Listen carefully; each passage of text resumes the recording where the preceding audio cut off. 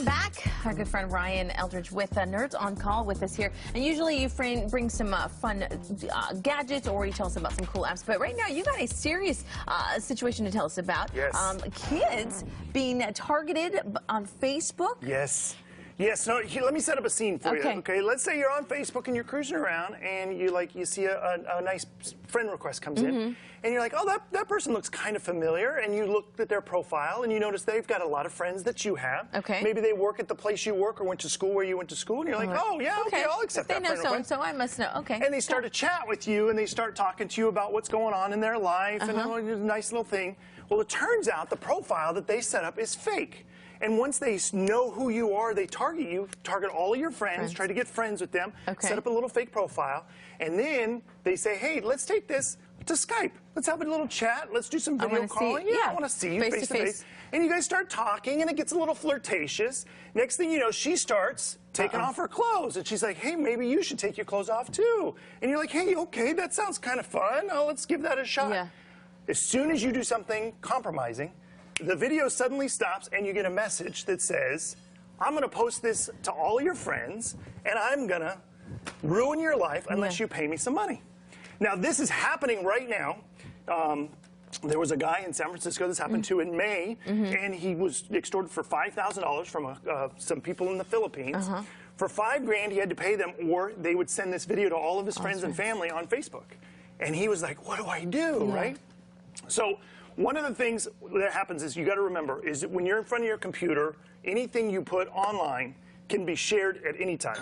Anybody can record anything. Once it's out there, it's out there. Yeah, and why this is really important for kids is because kids don't necessarily have the same thought process as adults. Right. If we see something, we can kind of, oh, I don't know that person. That seems a little weird. I've seen this before. But with kids, they're very trusting. And so if they see someone else on their friends list that says, hey, oh, yeah, hey, I know Timmy, too. Oh, yeah, Timmy's cool. And they start talking to you. So there was a girl in New York this happened to, where a man said, essentially got into a chat with them, and then said, I was going to choke a kitten in front of you on camera unless you show me your stuff. And well, she's like, I don't know what to do.